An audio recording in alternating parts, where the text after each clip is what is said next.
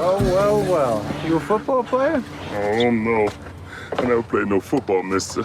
So what happened? You read the flyer, thought it looked like some fun? Oh, I can't read. Oh, don't worry. Reading's for rich people.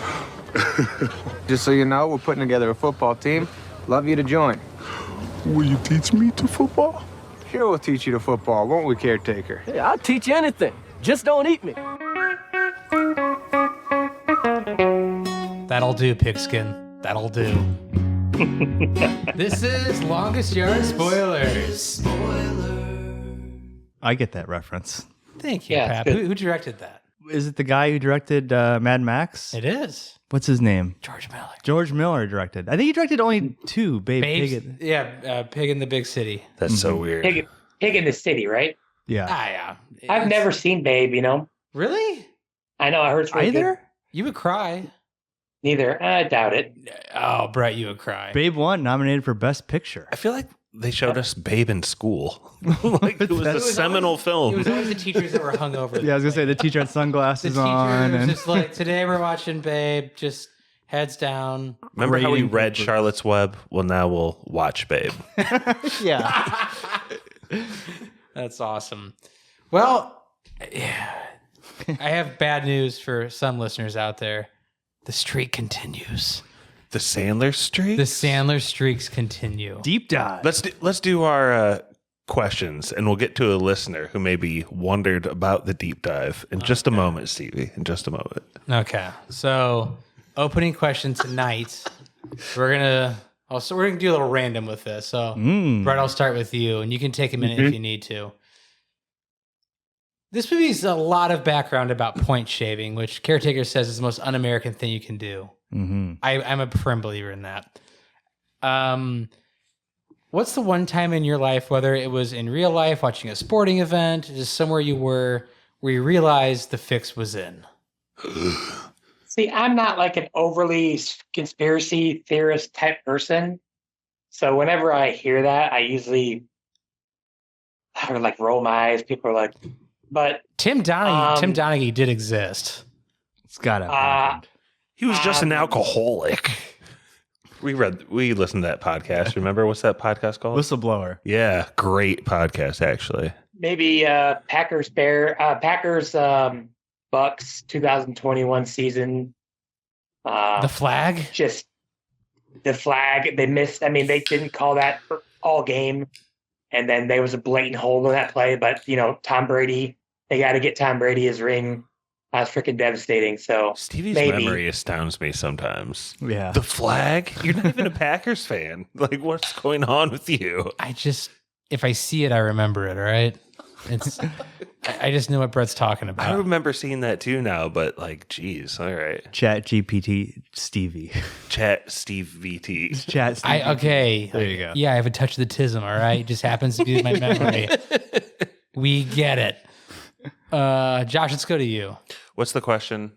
A time in your life when you realized whether this could be a sporting event, could be in real life, where you're like, hey, the fix is in. I always think that like learning that Santa isn't real, it was kind of akin to learning that wrestling isn't real for the first time. Still real to me, damn it. I don't remember having like a wide awakening where I realized that. I think it was like a slow discovery in both cases for those. But really, let's not forget recently when one of the Paul brothers fought Tyson, and that fix was in.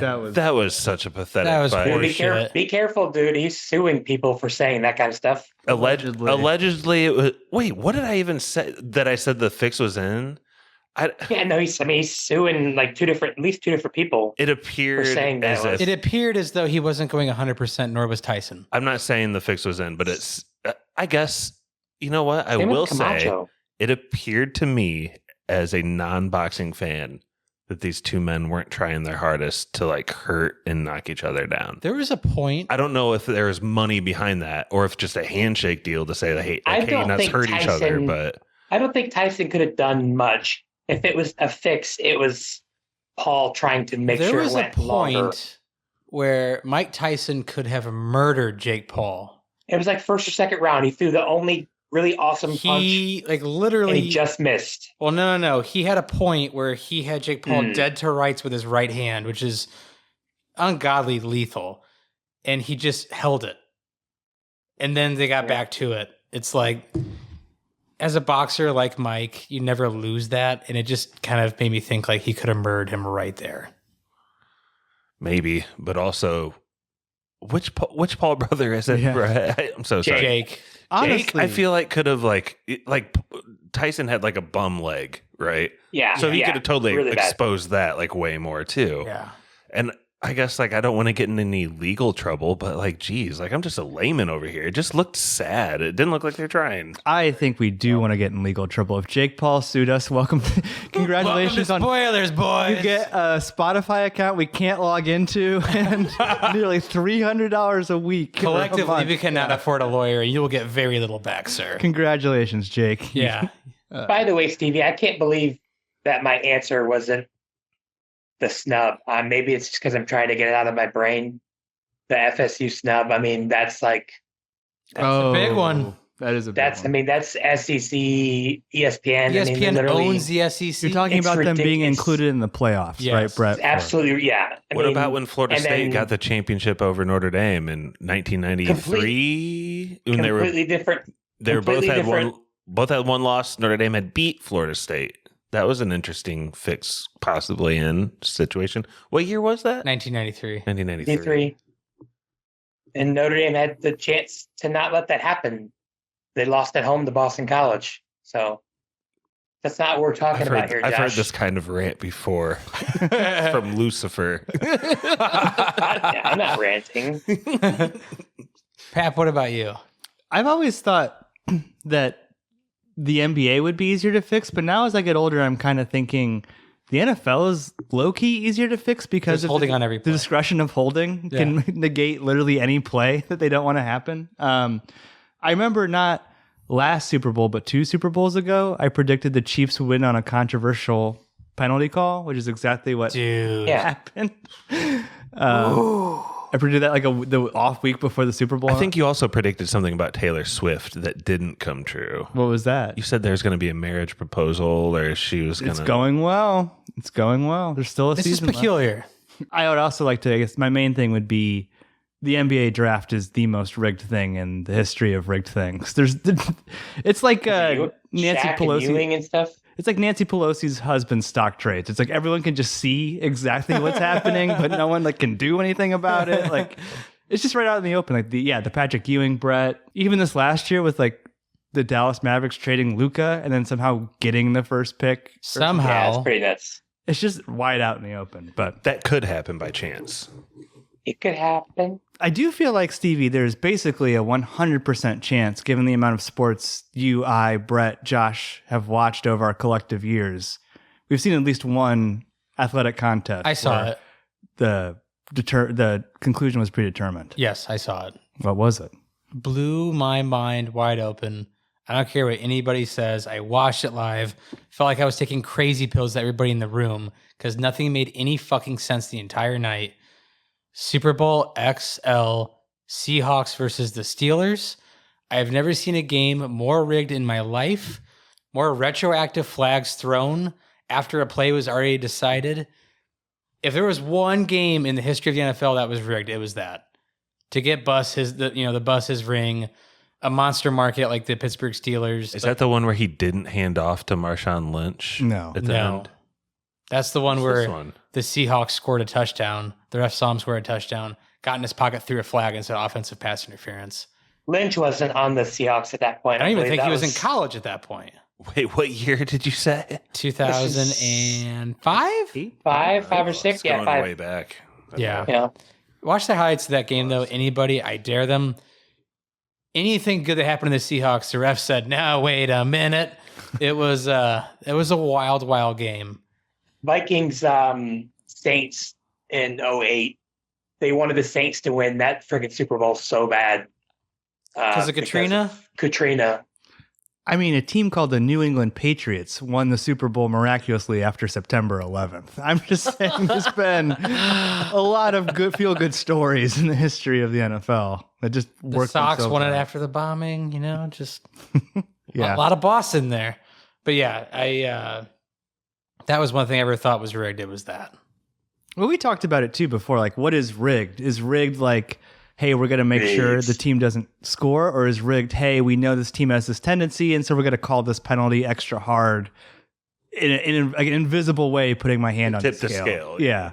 I think the refs in the game I described tipped the scale to the point where it was like someone told them, hey, you go down in the fifth. Tagliabue like sending them Morse code messages. We're going to pin a murder on you if you don't call it a certain way. You want to see your daughter again, you call that holding, sir. Or I'll get Jimmy to cricket on the phone. Here comes the, y'all don't really want it like that. Here comes the, y'all don't really want it like that. This is the moment we've all been waiting for. Another Adam Sandler football movie. Yeah. Well, have we all been waiting for it? That foosball. Because I do have a little bit of listener feedback. Pick up sticks. Username Slowdrip from Spotify. I feel like he posted this comment about an hour after he posted the episode. Which episode? Waterboy. This comment's on Waterboy. Okay. Just our previous episode. And he said, man, this is so endearing. I hope you're ready for this. He said, when will the Sandler movie marathon end? Never. So, Sir, we got like four maybe more to go. Maybe he's sad about it. oh, I don't think so. I doubt it. When? Yeah, It seems like a or right like, comment. hey, when's it gonna stop? So I will say, lucky for him, we've already done Uncut Gems. So we're not going to revisit that. Ugh, unlucky. Recut And- gems? 8 Crazy Nights? No. There is another obvious one we could do. And we'll talk about it. Benchwarmers. During trivia. We'll decide, I think. So we'll hit as a teaser for later in the episode. Stick around. Is it time we hand it off to Rob Schneider for Benchwarmers? No. You can do it. He's been in I've seen every that he's been in every I've seen that Sandler movie movie in so far. an unhealthy amount of not that many, but at least he like is a legit looking athlete in Benchwarmers. It's crazy. Who, Schneider? Yeah. He's like 5'2". You know, so is Altuve, and it doesn't mean he can't cheat to win. It's true. I do appreciate the variety we give you on this pod. Hey, we're going to give you the best film of the 21st century, There Will Be Blood, and then followed up by an Adam Sandler deep dive. We have 5-episode arc. Wait until we get- Godfather, Apocalypse Now. What did you just say? There Will Be Blood. There will be blood, and then all of a sudden, Adam That Sandler. is forget a about- crazy drop. Don't forget about Brink. Brink. And yeah, Brink. that, though. And hell Brink. yeah, that's part of it. That is kind of, to be honest, we were talking about Apocalypse Now, like this might be one of the greatest movies ever made, into Happy Gilmore time. We're a Big Tent podcast. All are welcome. We're sitting here watching Adam Sandler in his underwear in an office with a cowboy hat on his wiener. Like that's how far we've fallen. Y'all don't really want it like that. Here comes the, y'all don't really want it. Let's get into it. Has Yeah. everybody here seen the original with Burt Reynolds? Actually, I've only On cable. started watching it today for the first time. Really? Yeah. I've gone. Cable all the time back in the I think day. the acting's actually worse. I watched the original Longest Yard, and I've watched this twice. So I've spent 6 hours in the Longest Yard universe over the Wow. past 48 Pap hours. is like real fluent in it now. Yeah. I've realized there are some interesting callbacks this one has. It's beyond that. It's a scene for scene remake. Okay, but there are virtually. some that I think are kind of interesting to some. I think a lot of people only know about this one. Yeah, it's got 10 times as Yeah, many if you views. were born like after 9/11, probably. Mhm. This version of watched it in Longest the Yard has theaters. 240,000 ratings on IMDb. The original has 20,000 ratings. Wow. So it's like not even close. This is way more popular. It's IMDb or Letterboxd. What'd you say? That's IMDb. Okay. Really? Letterboxd is probably even more tilted. I would towards guess so. this. Yeah. Jesus. Did not realize that. I thought the original would kind of just be everyone's psyche, I guess. I don't The know. rewatchables call that like maybe the greatest sports movie of all time, or the first greatest sports movie. Maybe they said they love the old Longest Who, Yard. Sean? All of them. Yeah. extremely Bill- different. It's rated R. This is PG-13. And but also, I want to get into this too. And Josh, I'll start with you because we all know the story of the longest yard, right? I mean, it's very simplistic. Professional athlete gets fucked up, goes to prison. Warden says, hey, you're going to assemble a team against my team. That's pretty much the entire movie, right? My thing is this, and I feel like this is something you need to address with this movie before we get into it. Why does Adam Sandler lack so much charisma? It drives me insane that a leading man who's a quarterback, so supposedly an NFL MVP, has the charisma of a wet fart. Well, And he's pretty down, though. It doesn't help him that he's going up against Burt Reynolds. Dude, like one of the prime coolest Burt guys. Reynolds. a real football player. A real football player. I love that you tossed that to me. This movie tries really hard to portray Adam Sandler as like cool. He is so far from cool. Like that scene where he catches the baton. Like you're supposed to be like, oh, he's like in the Matrix or something right now. The whole underwear model thing, I feel like that like gay guy is in love with him at the beginning of the movie. He also grabs the great Khalil. Is that Kali? The great Kali? He grabs his face mask at one point, pulls it towards him. I'm like, Adam Sandler would get squashed like a bug. Yeah. He did that. All this to say, Stevie, it's kind of like one of those things where in Godzilla, Matthew Broderick, they're like, he's hot. He's really sexy leading man. Like they say those lines in the movie to make you think he's sexy. This movie is saying like, he's cool. He's cool, right? He has charisma. And you're like, I don't know, man. It's, as I said, before I get into this movie, I just have to lead with this. I've never seen a Sandler movie where he lacked so much charisma in my life. It's like he was chronically hungover the entire movie. I'm not saying he was, but it just appeared like he was having no fun on screen. if you want a deep dive, because this is a Sandler Sports deep dive, Right. like the whole shtick of his character is that he has this deep dark secret. Like he got deep in the uncut gems world. Yeah. He was threatened to be killed, and if he didn't throw this game. And so he chose to throw the game, and it like stings him to this day. So maybe that was on purpose for him. Like he's trying to be not attractive because he's like so broken by that or something. There's a thing That's to be kinda how I said feel, for maybe. physical presence, though, and Zero. and especially compared to Burt Reynolds in the first movie, where that man looks like this Polak, thick cut. Yeah, you can open He those. looks like a thoroughbred in the original, dude. Sorry, He not, looks not to digress. The treat of the week, Josh is opening, and they are pork rinds, cracklins.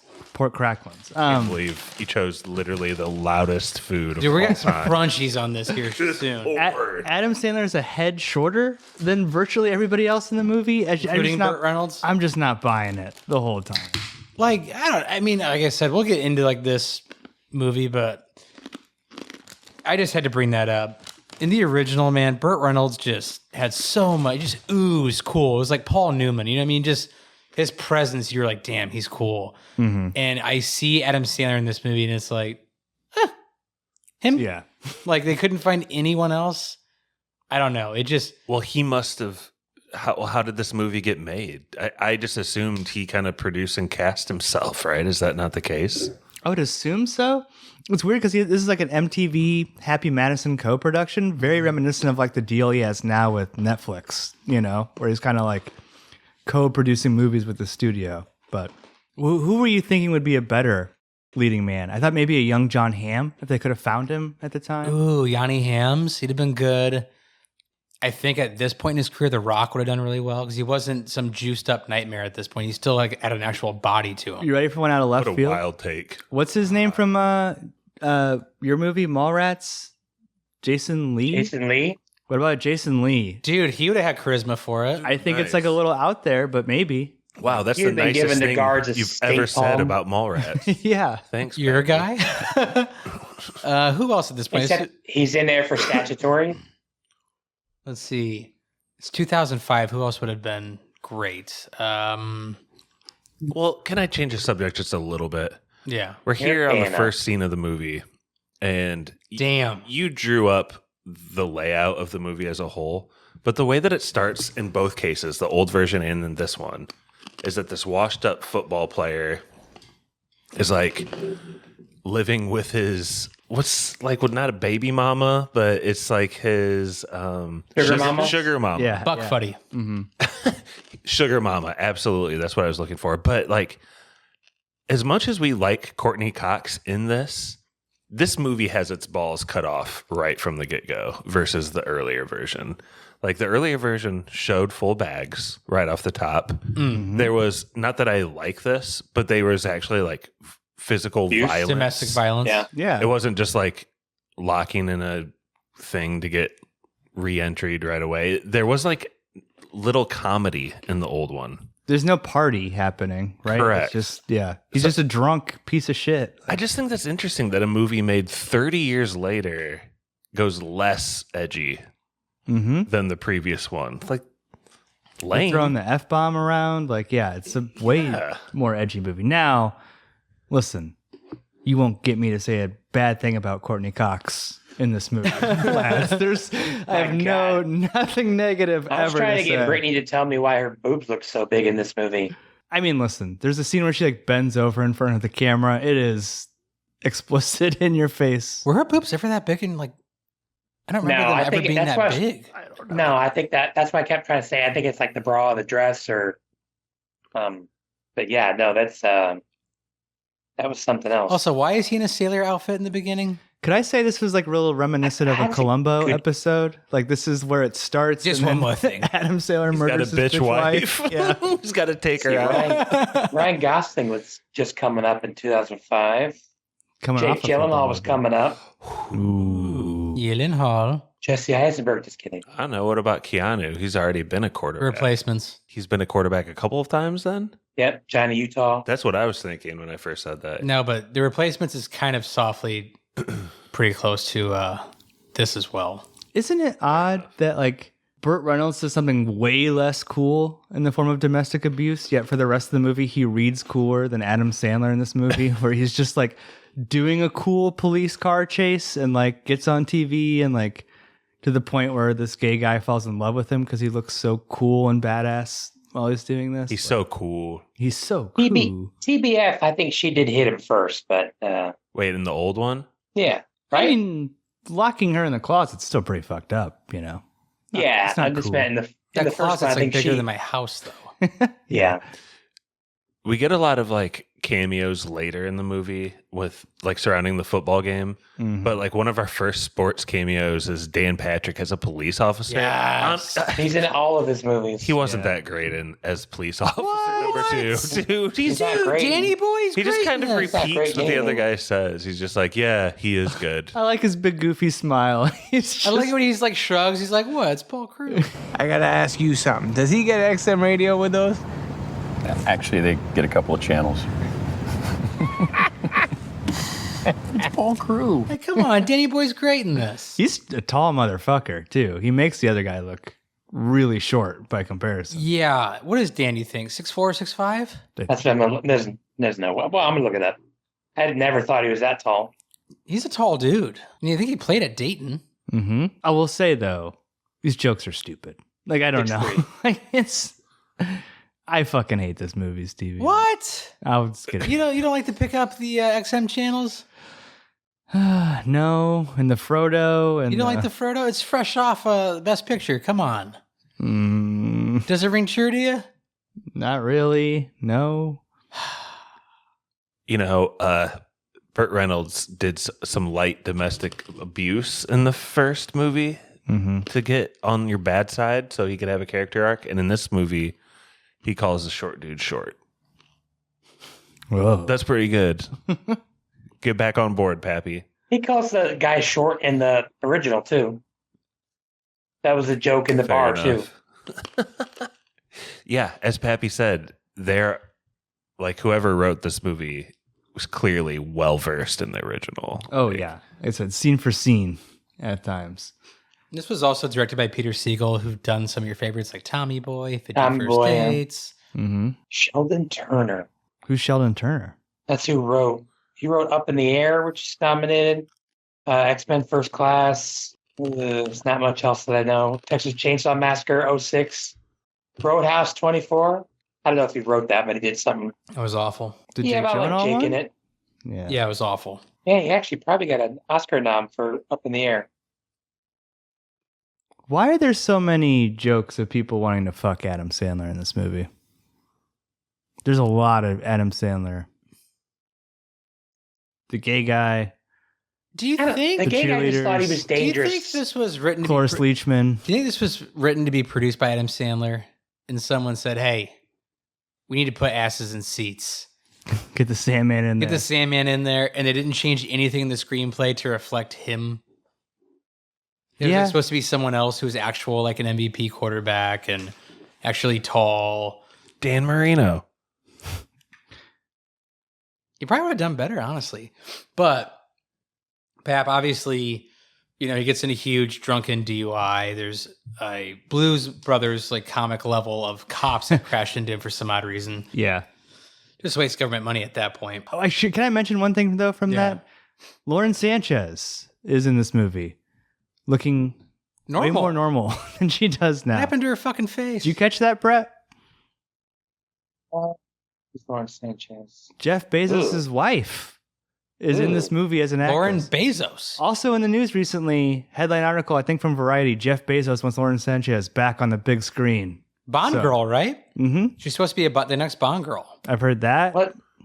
Who is she in this movie? She is a news reporter named Lauren Sanchez. Like there's a guy on the screen that says Lauren Sanchez. Yeah. She's just, I wouldn't have recognized her. Is that when she's like, you might remember Paul Crewe from the, is that her? Oh, yeah, I never knew that. I didn't even know who she was. Who's that guy looking around? Below the bus on the... Oh, I guess I gotta try to watch you guys watch already. That was hungry. He's just checking. I can't watch you guys now. You're not. Oh, turn on the camera so Brett can see. I think... Okay, so Adam Sandler goes to jail because of that whole DUI prison. thing. Right. Prison. Federal, terrible prison. And the movie takes... Maybe you can fill me in here, Stevie. Is this the best or worst part of the movie where all of a sudden it's brutal? Like getting hit with a baton is very, like, he's very threatened and small here.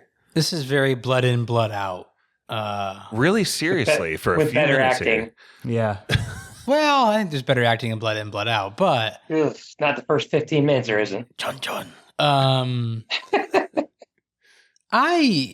I'll say this. Even though he plays a dick in every fucking movie, the guy who plays Captain... Yeah, he's great in this. The guy who plays Captain Knauer. I mean... Is that his He name? looks the part. Yeah, Knauer. Knauer. Yeah. Not Kokenauer? No. Okay, just curious. No. But, I think he's great as kind of like a pseudo... What is it, anti-hero? I mean, he saves is a bit of face an at the arc. He's a end. villain. Mm-hmm. He's a villain, but he comes around. Yeah, I think he actually is a better actor than Sandler in this. I don't know. I appreciate his presence more. Here's I the think thing. he's a better actor than Sandler, period. Yeah, here's the thing about Longest Yard, and especially the first one, like you were mentioning, Josh. It's a pretty dark movie, and it's not silly at all. They did like a scene-for-scene remake, tried to make it more silly, but they left in a lot of these like serious parts, like Adam Sandler actually getting the shit beat out of him. And later we're supposed to feel sad about a character dying, right? And it's very hard for my brain to make that switch after I've watched him in two Happy Gilmore movies and then play a stuttering, mentally handicapped Cajun boy. Hula. Yeah. So It's jarring. Like all of a sudden he's in the hot box. Like he's in solitary. this is a different type of movie. Now it's still silly and it's still an Adam Sandler movie, but it's also wanting you to feel serious and heavy. Like in the scene, it wants you to feel serious and heavy. And Brett, too. Yeah. I actually appreciate... I mean, I know Pap hates them because Sandler is like the ultimate producer, just getting anybody who walks into the street that might be famous in his movies. I like the celebrity cameos in this movie. Like, I think, like, as far as, like, ex-football players and wrestlers being in a movie, most of those guys did a pretty bang-up job. Oh, no, definitely, 100%. I mean, obviously the great Khali can't act, and he literally couldn't speak English in this movie. Yeah, no, this is, I mean, it's weird bringing in Peter King and stuff like that at the end. Like, as the writers, that's weird, but no, I mean, the people that get it, Nelly, Michael Irvin, I think Goldberg, Bill Goldberg, Steve Austin. Steve Austin, Jim Rome. It's all. I think Kevin Nash is absolutely hysterical in this movie. Kevin Nash is great in this movie. Yeah, he is funny. He might be the best one out of all of them. Dude, oh my God, dude, some of the lines he says, and he's like, you got me there. He goes, I'm sure we'll get into that stuff. But yeah, I agree with you. I think, Terry Crews is perfect in this movie. I just think I love Terry Crews' bit with the burgers. That shit is funny. His stupid. And this is like Terry Crews before he was Terry Crews, though. Yeah. Yeah. Like he was just that guy from Training Day still. Yeah. Mm-hmm. He's really funny. White girl. And maybe white girls? Yeah, white chicks. Mm-hmm. White chicks, yeah. Yeah, his whole bit is he can get you the McDonald's on the Cheeseburger inside. Eddie. Yeah. I got the shakes that'll make you quake. I got the fries that'll cross your eyes. I got the burgers. Well, I just got burgers. James Cromwell, Stevie, who your opening spoiler alluded to, he's really funny too. Like later on, he's like, "Fuck that! Everyone play your own ball," or whatever he says. He's pretty good. Well, he's a good actor. Yeah, dude, he is tremendous. He is. I mean, Pap, I don't think you've ever finished it. He plays Uncle Greg's grandpa in Succession. Oh yeah, I Cousin saw Greg's that part. grandpa. Yeah. Mm-hmm. Did you saw later seasons with him in it? Yeah. Mm-hmm. He is hysterical. Like just his dryness. I love James Cromwell. Mm-hmm. And I feel like as far as like a strong presence in this movie, he kills it. Yeah. Like, I know you hate this movie. Yeah, I do. But with a burning passion. Him acting the character, in this movie is really strong. James Cromwell is really strong. Now, like I said, it's basically a shot-for-shot, scene-for-scene remake, sometimes line-for-line remake from the original. Both movies has a little bit of a problem. And actually, I'm curious, like Brett's perspective, if he knows about amateur sports. But like, this is like the craziest premise for a thing to happen ever. Like, there's a prison guard league of football teams in this one. Like, I think in the first one, they're just like semi-pro. Semi-pro, yeah. I don't know why they switched that up. I don't know anything about. It's supposed to be like, whoa, they're in Texas. There's football everywhere in Texas. In the first movie, I think they're in Florida. So everyone on this pod is in between their mid-30s to early 50s in some cases. And so, we're not that old. That's awesome. And like, I just can't imagine playing a competitive full contact football game after work as like an extracurricular activity. That's fucking nuts. Yeah, that's nuts. But they're also on steroids. So yeah, it's true. I guess Papa John, he was Bobby Boucher's stunt double. His actual name really is Papa John. Yeah. Baller. Dude, okay, I know, I don't want to like forget because it's a small part. I got a kick out of the gradually more and more like Cromwell's reaction to his lawyer, like all the prissy things he does with. He was kind of a dandy.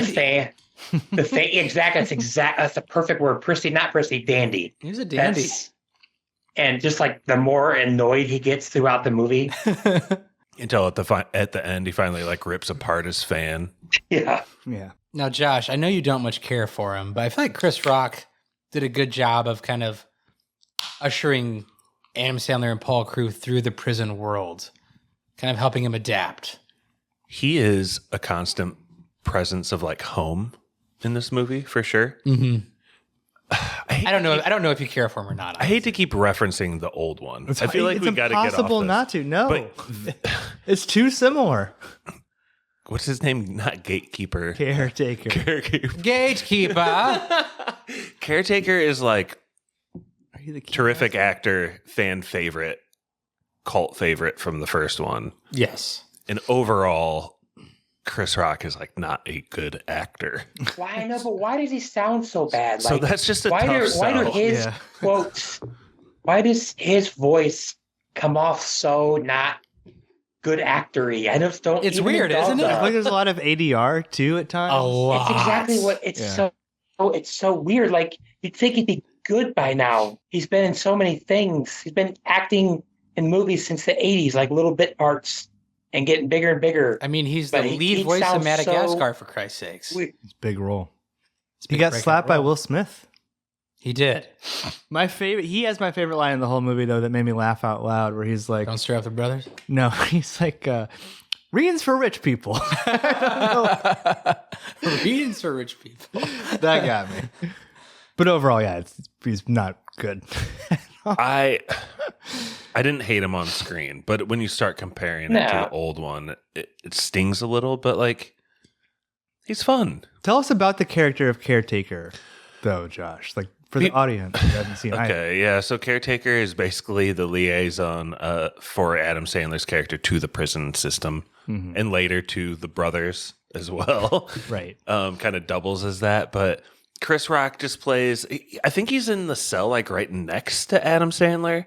Mm-hmm. Yeah, and his propensity for violence is 0.5 out of 5. I mean, he's half Virgil. star. He's Virgil to Sandler's Dante, right?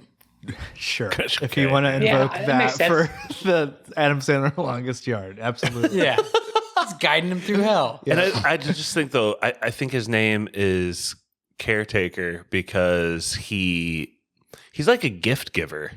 He knows how to like get things through the prison system, and he's knows, like Red, and he knows like what people like, and he likes kind of like pleasing people in that way. Mm-hmm.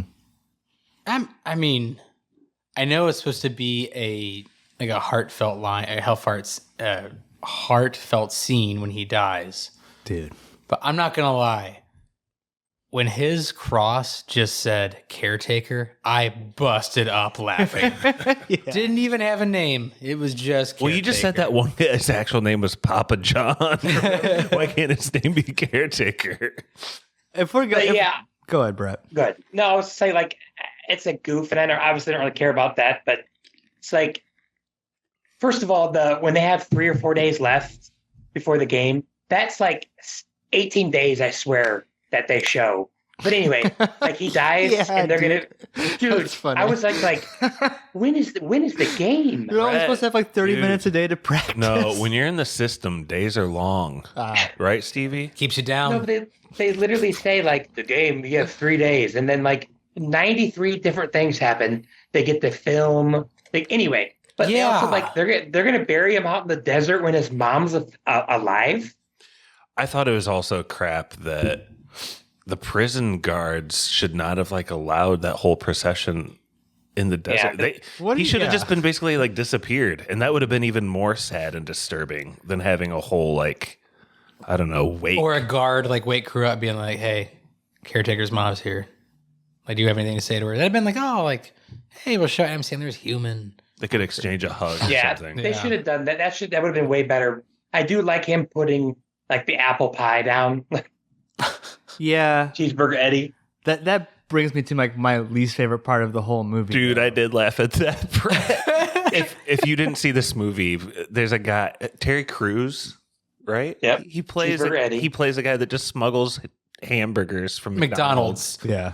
And he lays down a cheeseburger on the grave and a apple pie. And sometimes he just throws out. Everyone else is like heartfelt stuff, like pictures of his mom and stuff. Dude, honestly, that's what I'm saying. That's like the biggest horseshit ever. And I recently called Adam Sandler one of the great producers of all time. I was wrong. He's a charlatan and a hack, and he's good at making money. And the fact that like the most emotional moment of the movie, Caretaker dying, we're left with not only McDonald's product placement, the bottle of Kettle One facing the camera. And Adam Sandler at one point goes, a bottle of Kettle One? Oh, thanks, Caretaker. Like, it's maybe you're just a little cynical, man. None of that's but in the original, they're making like fucking toilet. You know, Kylo couldn't be on the podcast tonight. Yeah. But he has a podcast called Big Dumb Movie. That's true. And I heard you on there recently on covering Home Alone 2.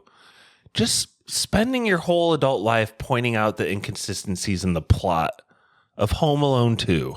That's what. Why am I you've here? become? Yeah, It's curmudgeonly. No, Pap, you are picking up a little intern snobbery as a that's horseshit. I've been podcasting with you guys for 10 years. No, this you're like movie's Jeremy awful. from your Cinema Sins. You're saying okay. Cinema Sins. You're literally saying this after I'm saying there's a bottle of Kettle One facing the camera on the most emotional moment of the movie. That is some like horseshit. You're not even trying to make a real movie at that point. Like that's Stevie, you know that's crazy. Capitalism. He's a fucking he's a hack placement. Get over it, needle dick. He's a charlatan, Stevie. You know that's bad, right? It's okay Kettle for One Spielberg to do it placement. though. He doesn't do. Spielberg? He doesn't do it when like fucking ET dies. They're not like, oh, ET loved McDonald's and Kettle One. Reese's Pieces. That's not there when he dies.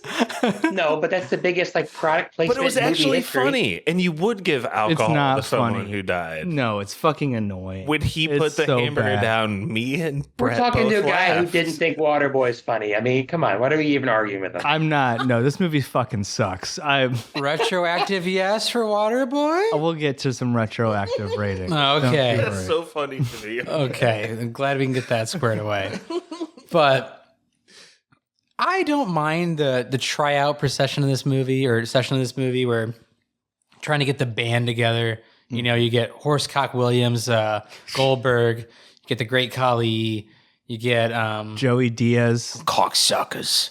You get Joey Diaz. The guy who, the craziest, Movie the most Club. maniacal guy in the whole movie has got to be the guy who actually likes Joey Behar, but he's actually really funny in this movie. Who is that?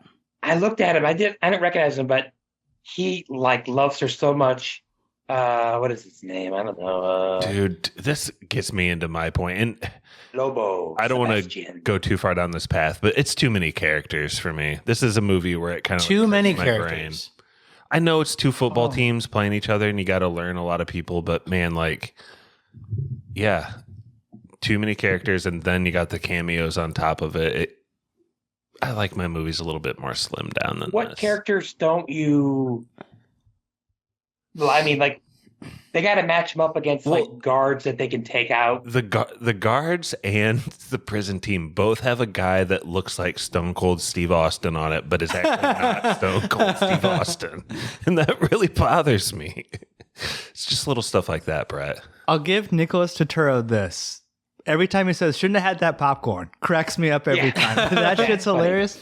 His character annoys me, though, overall, in the movie. I think he's freaking hilarious. Other than that line, his main joke is that he's like ashamed that he banged Tracy He's also a Morgan. psycho. Yeah, and He's just, cheating like, on his so wife, angry. and he's ashamed of it. If you make this out, I promise I'll stop cheating on my wife with black men. They couldn't get his brother, Clip that. John Turturro. Okay, so that is his brother. Yes, it's his brother. And cousin of the world's worst person ever on The Sopranos, his sister. Stevie, thoughts on Brucey? Good character, bad character? I'm not gonna lie. I know a lot of people like Brucey in my life. Wait, and it which one's cracks me Brucey? up. Thank Which one's you. Brucey? Nick Turturro. The guy who, like, he's got a rivalry with Tracy Morgan because he bangs. He's the little guy, like the kicker. Yep. I thought you guys had moved on to another character. My bad. I know. Good character, bad character, Stevie? Brucey? He said he likes him. Good character. He's funny. I think he's funny. You just said, yeah, I'm not going to lie. I know a lot of people who like Brucey. Yeah, that makes me Yeah, laugh. he said he cracks him up. Yeah, he makes him up. He's someone that Adam He Sandler can sucks. punch down at least. Yeah, I mean, Nick Turturro's got to be what, 5 feet Why tall? can't I be quarterback? We'll throw Yeah, the ball. he's not very tall. Well, that's why you can't, you son of a bitch, asshole, dumbass Your motherfucker. hands are covered in pap grease all the time. I shouldn't eat that popcorn. That is really funny, Pat. That cracks me Both up. times he That's a says it's funny line. Yeah. Shouldn't have had that popcorn. No, I like Nick Turturro in this movie, though. I think he's funny. I think there's a place for him here. I mean, in a world of too many characters, I think he's funny. Like, But like also, you said he's so. It's so serious. Some of these scenes are so serious. Like he's like a comic relief in every scene that he's in. I mean, whether you like it or not, but yeah, I think he's necessary for this movie. It's crazy seeing Bob Sapp in this movie, too, playing Spitowski. Not related to Yeah. Warren Sapp. Not related to Warren Sapp. No. Just a monster of a human. I though. know. But- That's I mean, But when the guy saw- fought at super heavyweight for crying out loud. He was a monster. The first time I saw Great Khali, because he hadn't started wrestling yet, I was like, that's the biggest guy I've ever seen in my entire life. He's humongous and scary in this movie. He got a lot doughier in his WWE days, but Isn't the guy who played the Great Khali in the original one Jaws? yeah. Who was Mr. Larson? Who? Yes, Yeah, who Mr. was Larson, in yeah. Happy Gilmore. So I have a couple more of those. There's some weird Sandler like strings to be pulled together. Some red string, Ooh. some chalk. I don't know. Some yarn. Sanders. Sure. Some yarn. There's also a line, Stevie, that fucking blew my mind. Just to go back to the story a little bit, where they're setting up the why they're doing this training montage, right? Like they're gonna give them a tune-up game. Yeah. And Adam Sandler says, every year we used to kick the shit out of some team like Appalachian State. Like, talk about 2 or 3 years, 2 years later, speaking something into shocking the existence. world. Yeah, for those who don't know, Appalachian State beat Michigan in one of the biggest upsets of college football history. Probably Literally, the one. yeah. Here's the thing, though, about that game. Appalachian State had just won, or was in the midst of winning 3 straight national championships. D2. But this is what kicked it off. The Sandler bump. The Sandler bump got them those recruits to go back to back. That year that Michigan was ranked, they ended up finishing like 8-4. So they were like not great. That's the only thing. I love that game. I love it. It's a humongous upset, but I feel like there's a little context that Can make it a Appalachian little State was lamer. freaking good. Still, of all the small, weird schools to name in the world, Appalachian State is just, what the fuck? And I'll say this, Appalachian State's like one of the prettiest campuses you can ever go on in the fall. They're the ones that like kind of out like in the It's like in the forest. kinda, right? It's Yeah, it's really cool. incredibly beautiful. West Virginia? Where is Carolina? The beginning of this movie is, in hindsight, is a little bit unnecessarily convoluted. Like, you're going into prison because the prison warden wants you to play football, but the head guard doesn't want you to play football. I never understood that. So the warden wants you to help teach them football, and your advice is to start a new team. So now all of a sudden you're just rivals to the death. Like, it's a little soft in there. Like, there's too much going on, too many gears or Give something. you the denarii. Yeah, there's 20,000 denarii in here, and I don't know who gets it. Why doesn't the head guard want him to play football? Because that's also a line-for-line repeat from the original, where he's like, Is it you're both going to say no. I just don't think he wants. Doesn't like him? He's a doer, man. Yeah. I mean, can It's we? his prison. He's a what? He's like, I'm gonna do it myself. I don't need your help, man. And let's get into this too. Yeah. Preach. I hate Paul Crewe in this movie. Yeah. I kind of said that. You can't redeem point shaving, man. It's irredeemable. Mm-hmm. Like, I mean, if they're gonna murder you. He should get murdered. I know when he says that, he felt terrible. Like, that is the most. I mean, the idea that he didn't go to prison for that in the first place kind of blows my mind. It's the They couldn't prove. They couldn't prove it, but it's also they kicked him out of the league. You think someone should be murdered for point shaving? Yeah. What are you talking about? Probably. No, I don't think so. I mean, not All murdered. the start of this pod Capital talked about punishment. themes.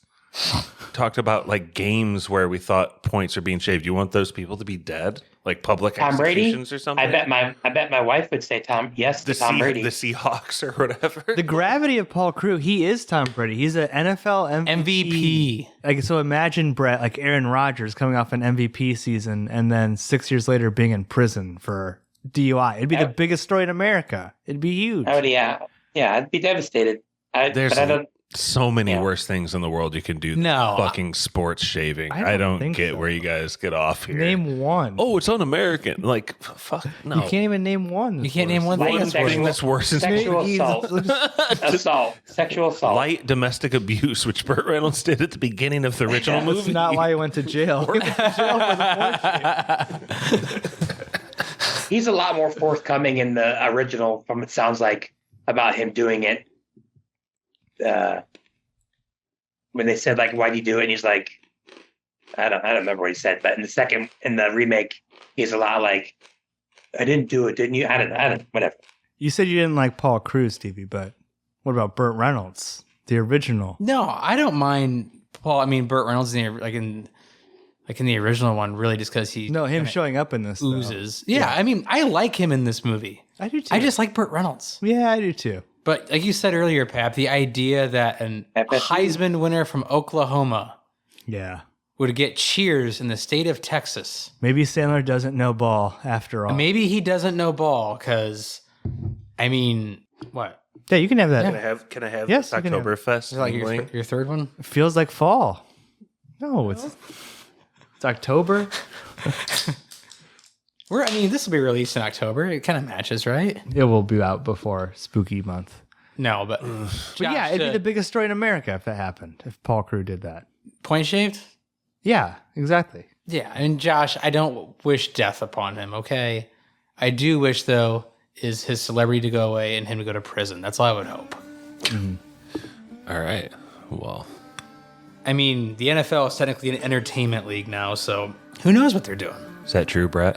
No, but whatever. It is.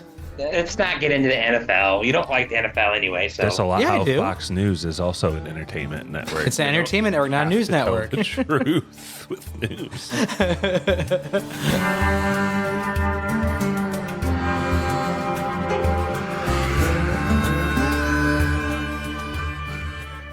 But Pap, Yeah, we spend like an hour of this movie in the prison, we do. a surprisingly long time at the game. It's a long movie. Yeah. It was like 50-something minutes when they went to the game. I was like, dang, We got a lot of game. That's a long game. Yeah. Do you like the transition of the movie going from the prep of playing the guards, practice, blood, sweat, and tears, to camaraderie being formed, tragedy and loss of caretaker, to, okay, it's game time on a sunny day in Texas? This movie has a wrinkle that the original doesn't have, where the prison warden is planning a run for the governorship of Texas. And so there's this whole element too of like the game is now taken on a life of its own outside of the prison. The idea that it's televised is insane. Yeah, that would never happen. The fact that like Chris Berman and there's a whole TV crew and like they do sell tickets in the original, but it's just any semi-pro Texas ball. I'm sure people would go. The original is Florida, actually. Oh, is it Florida? Yeah, It's a it is weird Florida. switch up. You're a long way from Tallahassee. Yeah, I think It's they a do say weird that. switch up. Yeah, I mean, it makes more sense to have it in Texas. It does. It's funny because like Burt Reynolds' drip in the original is like he has like the stocking cap on and like the coat and everything, which Adam Sandler wears. But no, Stevie, it is an absurd idea. Now, listen, I kind of like it. It's kind of fun, you know. One thing I wish they did was they showed like the collective years like left on their sentences or collective years served. As like, Like each formation would tell you like rather than saying their college, like say, Yeah, it would the say- 50 years to life. the petty theft 5 to 10. Yeah. Like, and the other part is too is I wish they didn't shy away from this to kind of show the dichotomy of like what we're actually cheering for. We don't know why half these guys are what half these guys are in for. Yeah. That I'm sure they're good and cool. I'm sure there was no violent history there whatsoever or insane stories, or all of them were, you know, Edmond Dantes framed. Like, who knows? That Texas crowd would never cheer for the prisoners. Not in a million years. America would not cheer for the prisoners in a million years.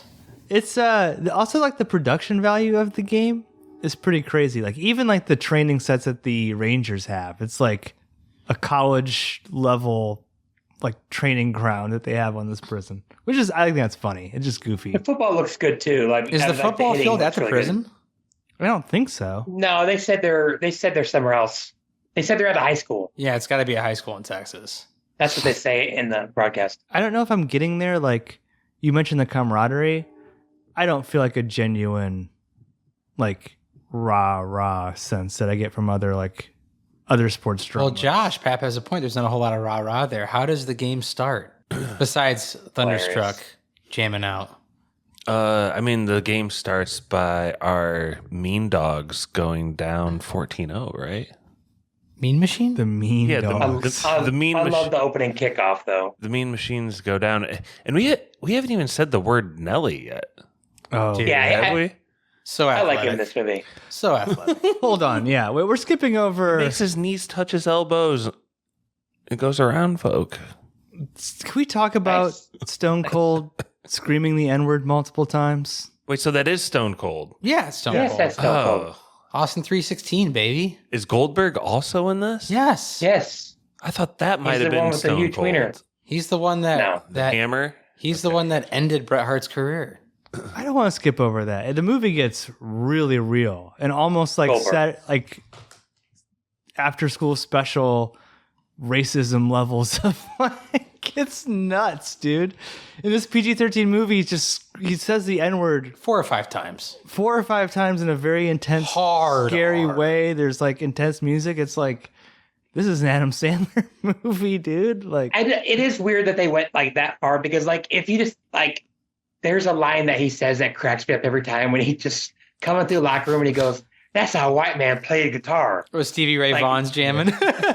No, it's Mountain, Mississippi Queen. But yeah, they like take it. And of all people, why not have Bill Romanowski do it? You wouldn't even have to pay him to do it. It came almost too easy to Stone Cold. I really rolled off the tongue. But it's acting, dude. Like, would you say the same thing about Leonardo DiCaprio? No, I love Stone Cold. I'm obviously just kidding. But like, it's way too intense for what this movie is, right, Josh? Like, it's not. It kind of goes back to what we talked about earlier. Like, there's brutal violence from guards to people who are cuffed. Mm-hmm. And like, that's the kind of injustice that like you see as a human, and it like hurts you in your soul. Yeah. And so like have that in the middle of like these wooden spoon jokes, like you said, it is hard. It's hard. The hot box has got to be so unbelievably illegal. And like, I don't like, just have like bullet holes to be happy, but that's crazy. There's like bullet holes in the side of it, Brett. Like they just take shots at it sometimes. Or Wouldn't surprise me. I think the hot box they use in this is actually from Young Guns. Oh, I don't know if it was Chris Crawford or one of the first guys that. No, I'm not talking about the director. One of the first bad guys. Columbus. Good Lord. One of the first bad guys that they're trying to catch in Young Guns, he hides in an outhouse and there's a shootout and Charlie dies. He was there for him. A lot of references to Young Guns. That's insane. It comes up a lot. Stevie, I love the opening kickoff when the one guy does a flying double kick. Pap's favorite part of the movie. It's so stupid. No. Why? It's so funny. The original Longest Yard has some of the best football sound and visuals I've ever seen in my entire life. It literally feels like you're in a stadium for a football game. In a way, this is just like, I mean, it's just ridiculous. You know what I mean? And there's little moments of violence in the first one, but it's way toned down. And this is just like Three Stooges level of, ooh, my balls. Well, this is what you're fishing for earlier. How does the game start? And it starts with all of the chaos convicts just being like, we don't care about football. Revenge. We're just trying to like punch the guard we hate. They don't get nearly enough penalties, and they only go down by 2 touchdowns. I feel like the way the movie was laid out, 7 of them should have been shot. That would have ended the game right there and then. ESPN cuts the broadcast. But it makes it extra convoluted because I think we get, is it Alan Covert who plays the ref? Yep. It's not until after they go down 0-14 that all of a sudden he's like a crooked ref for a couple plays.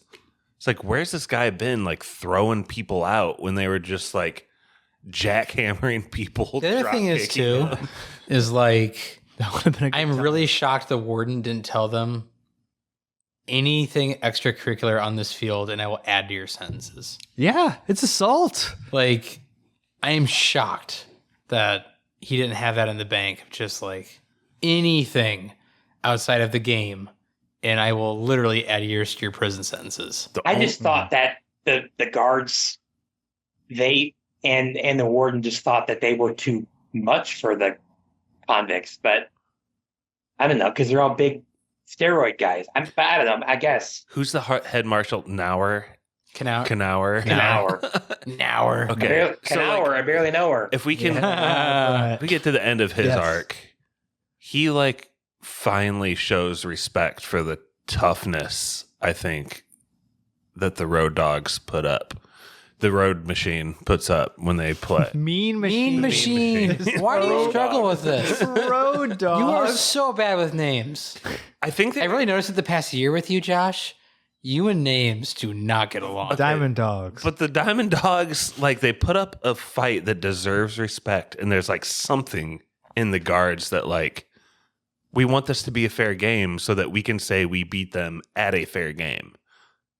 So that's clearly like shown in the movie. Yeah, I think the turning point is when the warden comes to him and says, okay, you fucked up. I fixed the game. And he's like, no, I don't want to win like that.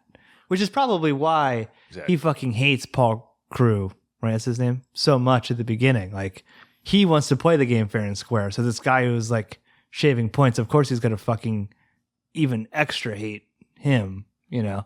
And I'll say this too, for a movie with wrestlers in it, like two huge names on both sides of like my childhood. Yeah. Kevin Nash and Goldberg. One, a professional wrestler who's actually a professional, Kevin Nash. He is great in this movie. I don't know, I feel like he's actually playing a character and not just himself. I thought he did an awesome performance. Which one is Kevin Nash, Stevie? He's the one they give estrogen to. Dude, he's the funniest. Stop booing people. Both teams are trying really hard. Like, I don't know. It's not that I don't like Bill Goldberg. I just thought he was very unprofessional with his days in the WCW and WWF. Why? What did he do? He was reckless. Not unprofessional. He just was not. He's reckless. Like, Yeah, what? He ended Bret Hart's career. There's a famous clip where he kicked him and he gave him a concussion and he never recovered. And it probably led to a stroke. Yeah, he ended Bret Hart's career. And Bret Hart was saying, like, leading up to it, like, this guy in this movie? No idea what he's fucking doing. That Goldberg? guy's Yeah, he's the guy with the big wiener. He's right there. Oh, man. He's the guy with the famous spear. But he did all that before he was in this movie? Yeah. Oh, he was like... He was a big wrestler. He had the big streak. I mean, he was probably in the top 2 or 3, like, before this came out. And he gets to have the big dick jokes in the movie. Yeah. What was the he didn't hurt somebody on purpose, by the way. He just was not technically as strong as some of the other people. And like Steve said, he was considered reckless. Brett, what did Goldberg say? Like, what was his mantra or whatever? I want to hurt him, not kill him. That's not what I'm thinking of. Damn it. What do you mean? Like, as a wrestler? I'll figure it out. It was almost like Goldberg knows. I can't remember what the hell it was. You might be onto something, Josh. He had one of the coolest intros, though. He'd come through the sparks and he got blah. Oh, who's next? Who's next? Oh, yeah, that's what it was. Goldberg, who's next? He had 2 moves. It was the spear and was it the pile driver? Jackhammer. There we go. It was the jackhammer. Why are you yelling at me? All I did was care. Okay, editor's cut. If I would nitpick any single scene that was just like, what are you doing? This is so long. It's when they're replacing the steroids with the estrogen or whatever. Yeah, it's like a trust your audience type thing. Like, just do it. It could have just taken a second and a half, but they show him like giggling and untwisting. Yeah. It's a little Scooby-Doo-ish. Doon. Yeah. And none of them are like our main characters. So it's like, what's going on? Yeah, that was like a B-roll day where they had the director, like B director out, just like, hey, can you get some secondary shots of these guys messing around? Playing some pranks. Yeah, we're doing some hijinks here. Hijinks day. Yeah, but we get into halftime and is Mean Machine winning at this point? It's tied. Right? Tied. Okay. And Bobby Boucher comes in on the fan boat. You remember that one time? Remember when Paul Crewe showed up and got y'all prison sentences commuted? Yeah. Remember when Pappy hated every comedy that we ever committed? That's just not true. No way. But our James Cromwell, our favorite warden, takes everything matters into his own hands and says, by the way, the idea that a Texas prison warden would be judge, jury, and executioner is kind of insane. Yeah. Do you I know it's Texas. There would have to be a trial, right? Like, Brett, it's Texas. It's a little lawless over there. I mean, I just have a tough time thinking that Paul Crewe just would be like, no, fuck you. Like, it just. I think though what he's saying is like, I could turn the prison against you because everyone loved Caretaker, and I can like. Yeah, but I think he's got 40 witnesses that would say that he wasn't there. Yeah, there's cameras all in that prison, and it would just. I don't know. I think that's a really strange and weak part of this movie. Yeah, they could have come up with something. It rhymes better. With earlier in the movie where he catches Knauer. He catches his baton, and they like charge him with assault. Yeah, but it rhymes it's with weird, that. It's kind of the same thing. In the right? first one, I wonder if that's like what Pappy was saying, like shot for shot, like because I watched the first one And in the first one, he catches the baton and then he assaults the officer, but he doesn't assault the officer in this one. Why wouldn't Sandler just assault him? Why would they cut that, Pap?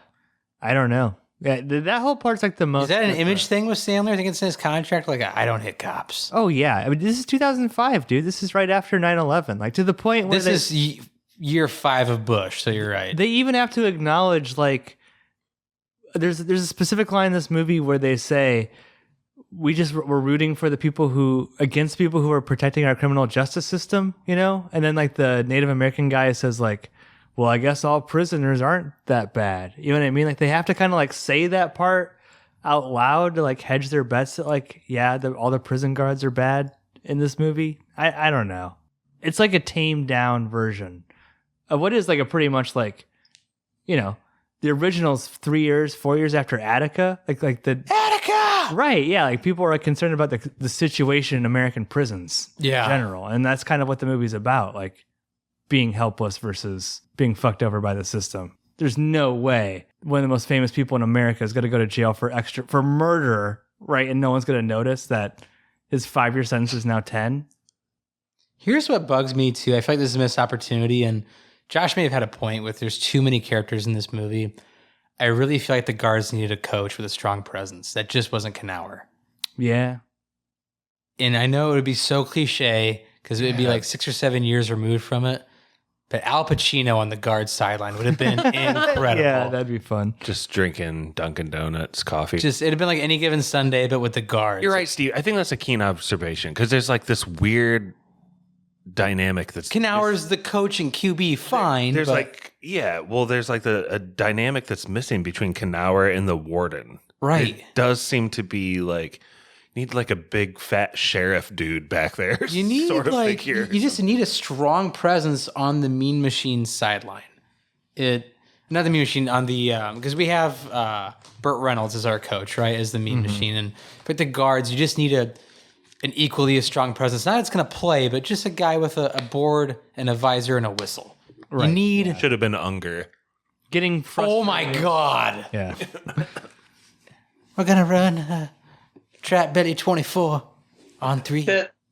Josh, you know, a line that always cracks me up in this movie when he goes, "Oh, Halo 2. I didn't even know I was out yet." That is funny. Dude, I don't know if this came across in the podcast, but earlier on, when the bus is pulling in with Sandler coming to the prison for the first time, they pan down and just show this random silhouette of a person like goleming below the surface. And I've always been like, what the hell is that supposed to be? And without missing a beat, Stevie and Pappy are like, oh, it's Unger, man. Yeah. He just roams. I was like, well, what is he doing? Just checking things out. It's like, well, why? Okay. Making sure y'all suspension's doing all right. What can I set on fire? The blood of the guards is gonna. What does he say? The blood of the guards is gonna flow like the rivers of ancient Babylon. Something like that. That's a weird one. It was hard for me to keep track of even Unger versus the other old inmate that like had punched with the warden back in the day. I got those two confused at one point too. Like his last movie, that guy, his name's like Snitch or Slick or Skitchy. Sketchy Rivers. Skitchy Rivers. D12, of course, they're in this movie. Yeah. so weird actually to see Burt Reynolds on the sideline in the pads. Why? It's a little. Why did he have to be He so was a desperate to get in the game? football player. I guess. He's 60 years old. It never leaves you. Listen, you're sticking up for him a lot, but he said later about this movie that he never watched it and it was just a paycheck. Oh, of course. So maybe he's just saying that, but like, here's my thought on it too, and I believe Burt when he says that, 110%. Yeah. He did not watch this movie. It's an embarrassing movie. Do not believe he even went to if he went to the premiere, he snuck out the back. I do not believe he sat through it. It's humiliating to be a part of this. Hey. Oh my gosh, Pat. It's really bad. But, Pap, I feel like when this came out, everyone and their brother knew it was a remake, right? Even if you've seen it late, like people have seen it later, like in 2010s or 20s. When this came out, everyone and their brother knew the original, right? It's like, okay, there's an original to this. Yeah. I feel like there's a tremendous failure on this movie to have the Mean Machine winning. Do you think it would be fun to subvert? Yes. I feel like they have to lose in this movie for this movie to be worth anything. That could be kind of fun. Because at some point, you have to divert and say we've made our own movie. Yeah. Because my issue is this. The last play in the original Longest Yard is some of my favorite moments in film. It is such high tension. You have no idea what's going to happen. It's like chaos in slow motion. When they do score, it's fast cuts everywhere. It's a really jarring and fun watch. They do a drop kick in the original. Yeah. It's just fun. It's like they don't even know the rules. Like, what's a drop kick? Like, yeah, it's a fun watch. Then you have Mr. Blue there. Yeah. Unger? No. Mr. Blue. It's Mr. Blue from Reservoir Dogs. Sorry. Stop looking at me with anger, Stevie. Sorry. I get it. I see. It's Mr. Blue. But like, I feel like they should have almost Shawshanked it, where they lose in the field, but the warden loses in the prison, or something. That could be that fun. classic Shawshank scene where they lose the football game. Or the warden goes, opens up his Bible or opens up his safe and puts one in the dome. What happens in The Replacements? How does that end? They don't they win, Brett? Or they lose? Yeah, I think they win. But the dumbest part about that movie is like he's so good. Like he's like, oh, the guy's crossed the picket line and no one's gonna pick him up. Like he would have an offer from like 23 different teams. Yeah, that's true. Like even if it's as a backup. But anyway, yeah, I think they win because he pulls the ball before the field goal. What? Okay. Did I have a Mandela effect today, or am I thinking of a different movie? Because part of me was thinking that the warden wanting to go for the governorship led to him getting tied into something on live TV where he's like, yeah, sure. If the inmates win this, I'll set them free. Oh, and so for some reason in my back of my mind, I was thinking they were like playing I was thinking they were like playing for their freedom in the back of their mind. No, that's a movie called Victory with Sylvester Stallone, and Michael Caine, and Pele. That could be a fun twist, though. Something different. I feel like the Mean Machine had to lose. It bugs me that they didn't. But also, I think it was a miss that there was like no payoff with the governorship. Like his chances to go forward in politics should have been like, or he didn't get arrested after the game for something. I think he's kind of human. Did I feel like you like they're he's mildly disrupted. He has like a bad half of a day. He murders Adam Sandler with a gun. He just shoots. He tries to. Dear God. I order you to pull that trigger. It's like, no, you're not freaking World War III. I'm so glad. Like he'd be in so much. First of all, a sniper bullet, there's a good chance that might go through someone and kill somebody on the other side. But that's what the first guy said with a gun. That's why he wasn't going to shoot. There's people, sir. Well, give it to Knauer. He'll do anything I say. No, give it to Jeff Kokenauer. He'll do it. Jeez. No, Pap, I don't know if you agree. That would have been like more fun to subvert. Yeah, you got to change something. You got to change something. Otherwise, you just have a carbon copy. He hates this movie. It's just it's a carbon copy, Brett. It's scene for scene. Like there's nothing. Like the one time they do acknowledge it is when Caretaker dies. There's a little bit of misdirect with the light bulb, where he's like tapping the light bulb, which is what kills him in the first movie. But other than that, it's just like we're gonna do the exact same thing, down to that tense standoff with Canute. Or if you change the beginning where, let's say, Crewe refused to throw the game in his youth, but the people he was in bad with broke his arm or his shoulder where he couldn't play again. And that's what sent him out to a slump. And that's what made him, get drunk in the DUI. And then he finds an actual quarterback in the prison that he mentors. Like, that's almost doable. It's changing something. See, the problem is like, not to go on a rant, but this movie has nothing to say. Like the first one, like I said, it's 3 years after Attica.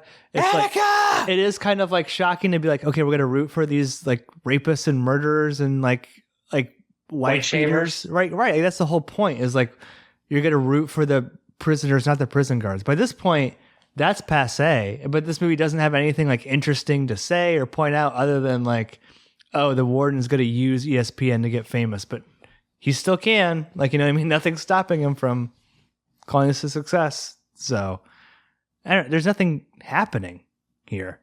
You don't agree, Josh? Pappy brings up some good points, but I think like what this movie brings to it specifically is like goofiness. I think that's what they were. I think that was the model that they wanted to go after, like this, but with the Happy Madison treatment. It's sillier and less edgy and dumber. Like that's what they did to the original. Well, society's on the downgrade. We're on the downslope. Stevie, who's your favorite sports cameo? It makes sense that our remakes would be getting worse as our civilization degrades, Pappy. Other than Dan Patrick, Stevie, who's your favorite? Do any of the wrestlers count? I imagine not. No, not the wrestlers. Like Jim Rome. Actual cameos? Berman. Yeah. Well, no one's picking Jim Rome. Do you like Jim Rome? He is awesome. No, I can't stand that man. He's in Space Jam. Rome's in Space Jam? Oh, yeah. Look it up. When? He's one of the reporters. Really? Mm-hmm. It's wild he ever got famous. Do you like Berman, though? The whoop? No, oh my God, it's so annoying. Why? They call it Your brother Jordan loves Berman. Why do you hate Berman? I don't actually mind him. I like him as a character and stuff, but there's like one specific play in this movie where he says whoop like 8 times. It's when they're doing like the mud play. The schoolyards. Yeah, the schoolyard play. Like, good God, give it a rest. What's that one where he like pretended to be like a genie on ESPN? What was it called? Schwami? Swami. Was it Schwami? Yeah. Mm-hmm. Yeah, He the would Swami. predict, He would do the his winners for the next scores. Yeah. Yeah. Legend. Well, the original ESPN. I always Legendary loved rant. it when he would say rumbling, bumbling, stumbling. Love that stuff. Wait, what's the legendary rant? Oh, you got to look it up. It's hilarious. When he's What does pissed he off say? at the PA. It's almost like Bill O'Reilly, like do it live style. Do it live. Yeah, it's almost like that. It might be playing in the background right now. I'm just kidding. But he just loses it on someone who walks like either behind camera or like just completely, he just loses. And everyone has bad days. He's like, "Are you professional or not?" No. Yeah. No! Don't shut me up. When I'm doing TV and I got 18, God damn it. Can't everybody stop for 10 minutes? I mean, everybody seems that that's the only, everybody can we stick, Jesus Christ. I mean, it's not that much to ask. Is that when everybody has to move when I'm trying to concentrate? Jesus. And you guys thought I was a pain in the ass. I mean, it's so rude. I can't believe it. It's so goddamn rude. Just, why does everyone all of a sudden have to move? I've had 2 fucking hours to move around. Wait 10 minutes. Jesus. I'm sorry to explode by that, but it's like no one's ever worked on TV here before. I would say Pap, because I think he's having a second chance at life, which I think is really cool. I'm pretty sure people hated him back in his heyday. The Boz, man. I like seeing him. Well, and he's doing. I like seeing him in like Dr. Pepper commercials. I root for the Boz, dude. I feel like he was undersized in the NFL. He wasn't on as much juice. His shoulders were shot. Right. Yeah, he was a bust. Chalk that up to Adam Sandler knowing ball. Like, that is a funny point. Dude, you get the Boz in a movie, though. Who Oklahoma. Also, another thing. Oklahoma. Yeah. Like, I mean, I don't know. Out of all my favorite cameos, it's definitely just seeing the Boz, kind of get his career back on track and, move past the whole bus phase and, oh, he was a bus. Well, it's like, well, yeah, but he's also the sheriff of, Dr. Pepperville now, or Victoryville, whatever the fuck it's called. Like, yeah, I just like seeing the Boz do that kind of stuff because he's one of the most legendary college players of all time. Oh, yeah. I mean, when you're the Boz, man, it's a big deal. Mm-hmm. I guess that city called Dr. Pepper. Fansville? Fansville. I was like, Footballville? I think it's Fansville. But Josh, do you like the role of Babyface in the booth with Berman? Now give me your wallet. That man makes me laugh. I don't know why. Babyface Bob. Smiley Bob. The booth wasn't my favorite. I don't know. Seeing the media every once in a while and then like the silent convict versus like Chris Birmingham never shutting the hell up. I guess it's kind of funny, but I think like the game lasts about as long as a real game. It's 40 minutes of Dude, it's long. I guess that's kind of why I wanted some of the reporters' cuts. Like, and give credit to Burt Reynolds for actually doing that dive in the end zone and getting his ass. Like, handed that to is. him. I love that. Yeah. Like, I love got that one he did more it. run. It's like, you know, give him credit to actually doing that because it looked painful. well, he was a really good football player, and he had some really bad luck, and his life could have been completely different. Where did he play If football, he- Brett? Florida State, Who was his roommate, Brett? Lee Corso, Lee Corso, former IU Hoosiers coach. dude, since Sunshine Scooter. he didn't watch this movie later anyway, I wish they would have 80-yard him when he was like jumping into the end zone, going like. That would have been so funny. Thanks, Steve. You're my Pappy. I love Pappy doesn't get it. I do get it. I remember. It sounds like a pig being slaughtered. Raging out. God, that makes me laugh. Okay, but I mean, we've all seen this movie. I think every one of their brothers seen this movie. I don't think it made as much money as The Waterboy, Pap. No, it didn't. Yeah, just Made a lot though. There you go. Made a lot. It did make a lot. It made a lot. The guards obviously win. Did you think at all that The guards don't win. What do you mean? I mean, not the guards, Mean Machine win? Yeah. Guards should have won. Right. Been a better movie if the guards did win, even with Bill Romanowski. Dude, it's so funny that you want him to like Once Upon a Time in Hollywood this movie. Yeah, Like, surprise. do something different. just make it its own movie. Yeah. Longest Yard made $1.3 million more than The Waterboy. Yeah. Due to inflation? Yeah, I'm sure. The trick play they win Also- on, by the way, is a real trick play that is sometimes done in sports where the quarterback is frustrated walking over the court. They do that, yeah. I don't know who did that first, but It's done a lot more on special teams, and they're trying to outlaw it, which pisses me off. no, it's fine. Yeah, they're trying to make special teams boring as hell. What's that play where they just like set the ball on the ground or whatever? Is that legal still? I don't No. think Yeah. so.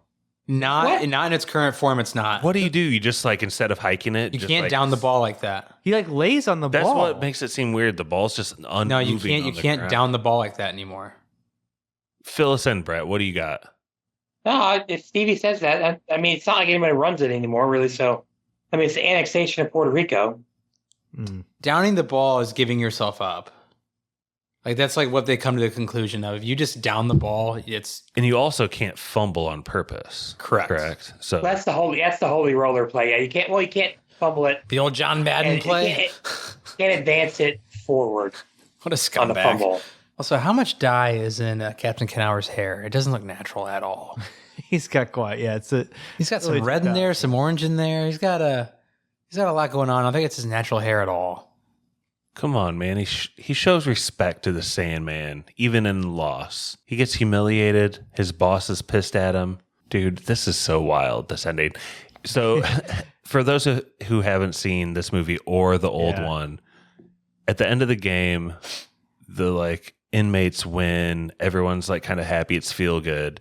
And Adam Sandler is just like benignly walking towards the edge of the field. And the warden's like, look, he's escaping. Yeah. Gotta kill him. Kill that man. Him down. Even though he's like 25 yards away. And Knauer, who's hated Crewe the whole movie, decides not to shoot, which is commendable. It's like that one Russian guy who like didn't send the nuke. Oh yeah. Mm-hmm. And Crewe. Oh, because of the false alarm? Yeah. Yeah.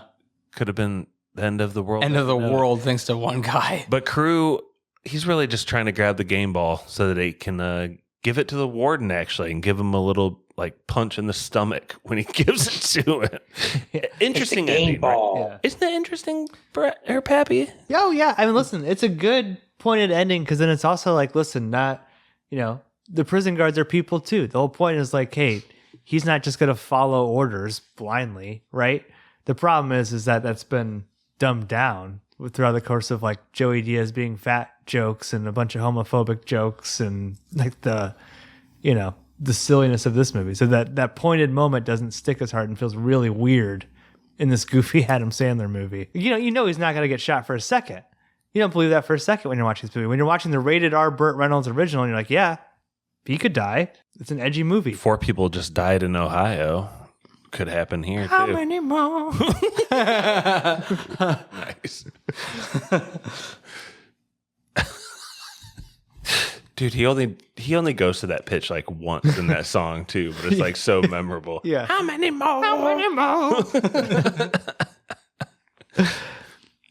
I have a final thought, Stevie. Are we at the final thought? Yeah, let's get into final thoughts. I think we're there. I had a couple that I wanted to bring up. I know we kind of touched on it, but do you think it will always be a meme that Adam Sandler will include a Colonel Sanders-like character in any football movie that he does? Like, I mean, that's kind of fun. It's only happened twice, but it's weird how many times it's happened. Yeah. 2 for 2. I like it. Yeah. I think we should keep that. Different actor, though. The golf course scene. Simi Valley. Does that make you laugh when he's like, fuck that, we play our ball? Yep. Also like Kevin Nash sneaking in the picture. Say that loud and proud, Brett. Corey's not here. Where was that golf course? That golf course was in Simi Valley, California, according to Wikipedia, which is never wrong. Where Kylo lives. Kylo would have pointed that. I think that's a course where they do the Andrew Santino golf show a lot. Probably. Yeah. Is that the comedian guy? Yeah. Only other final thought I had was that there's a basketball scene with Michael Irvin v. Adam Sandler, which we didn't talk about. So this should probably also go in the basketball feed that you never made. Yeah, Spotify took it down, and it did. Pap calls that the most racist part of the whole movie. No, I didn't. I think it's. Well, listen. There is one part where they're like, "We need some speed. Let's go talk to the black people." That's crazy, dude. Chris Rock says it, so it's fine. They don't need to do that in the original. I'm just saying that's crazy. Now, there's funny jokes. They're like, we need some people that have high motors. Let's go talk to the white folks. Yeah, we need some gym rats, coaches. Yeah, we don't have a coach. Yeah. We need a coach on the field. We need guys who play the game the right way. Well, listen, I will say I like Michael. Rote. That's a new one I've added to it. Just the word rote describes the white people way of playing. Look it up. It's a stupid scene, not in the original. I think Michael Irvin's pretty great in that scene, though. I think he's like, it's cool to watch him dunk and shit, but he's athletic as fuck. He looks great in this movie. And I think he's pretty good for an athlete actor overall throughout this entire movie. He can snort a lot of coke, too. Good for him. Josh, rote is a perfect word. I just looked it up. It's a perfect word. For a coach's kid, right? Mechanical or habitual repetition of something to be learned. Thank you, Stevie. Pure gym rat. The only thing I wanted to say, though, Stevie, about no natural athletic ability. That basketball scene, there's like a fucking smoke detector playing in the background of the music. It's like beep, beep, beep. And both time I watched this movie, I thought my smoke detector was going off. It's extremely annoying. You talking about there's like a sound where it's like beep, beep, beep. It's really annoying, but here comes the boom. Nelly? Here Comes the Boom is great. Classic. Nelly? Just saying the beep of the smoke alarm. Yeah, I don't really want it now.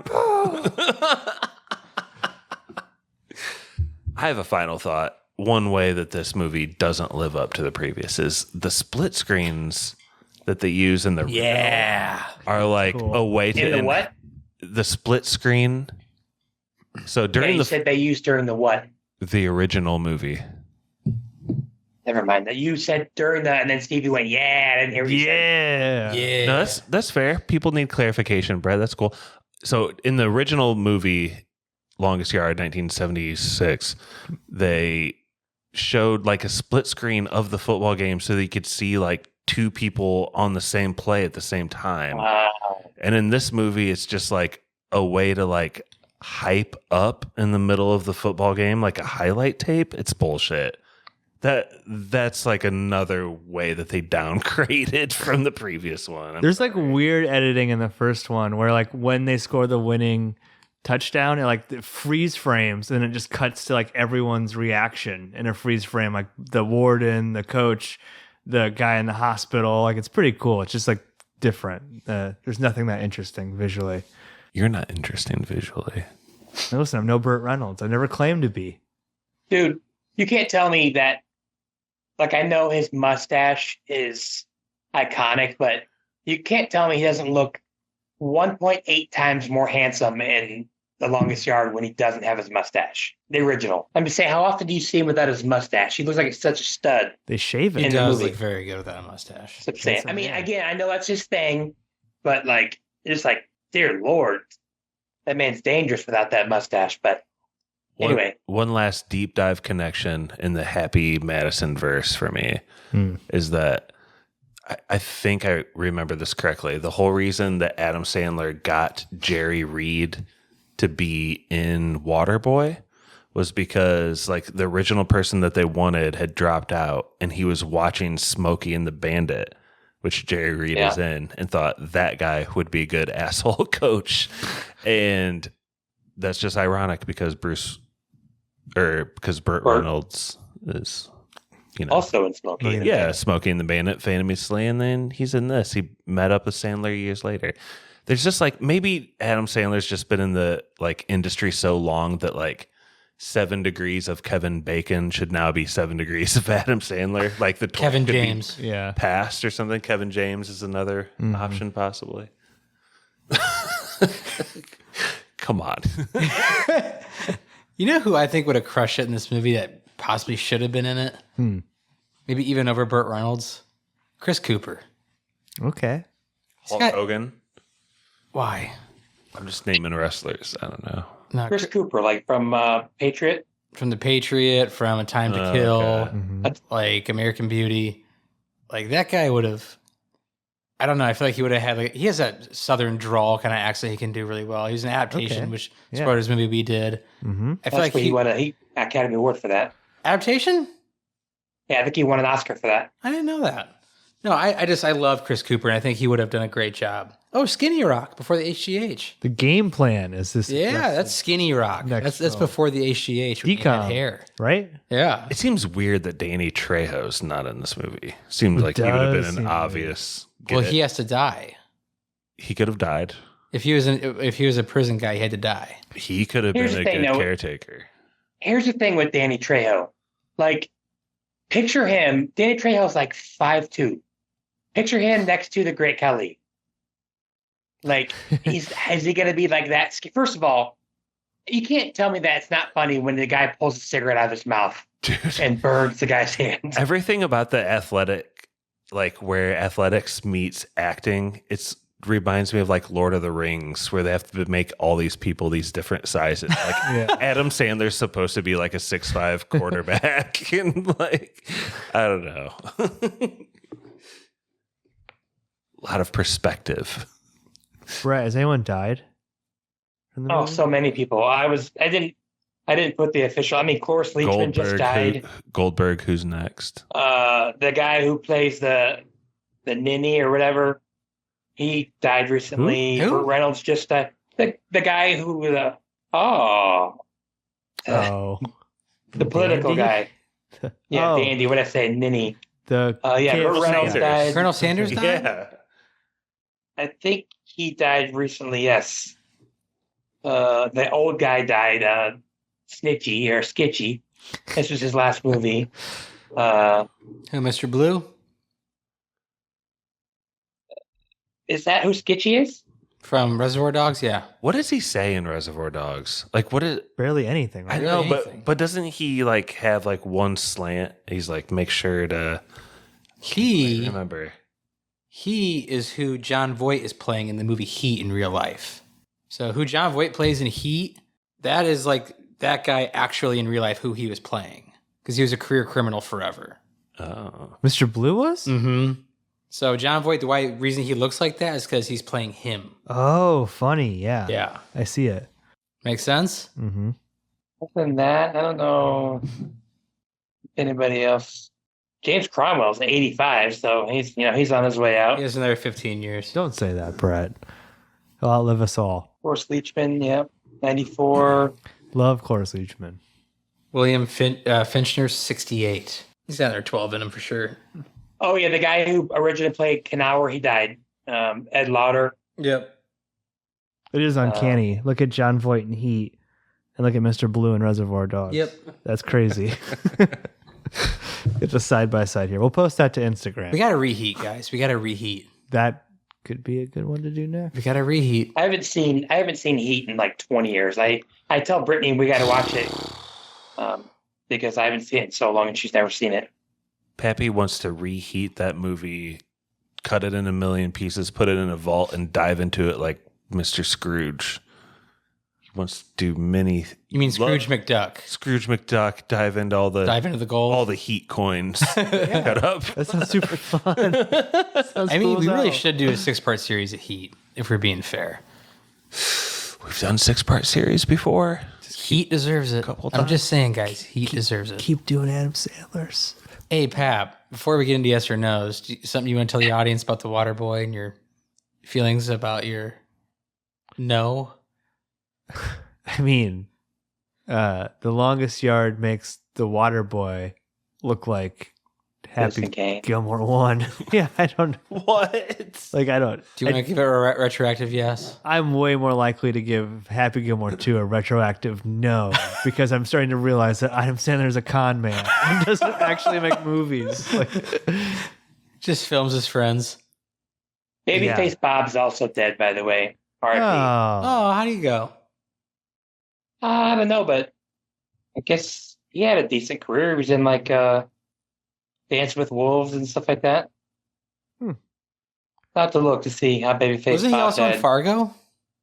Yes.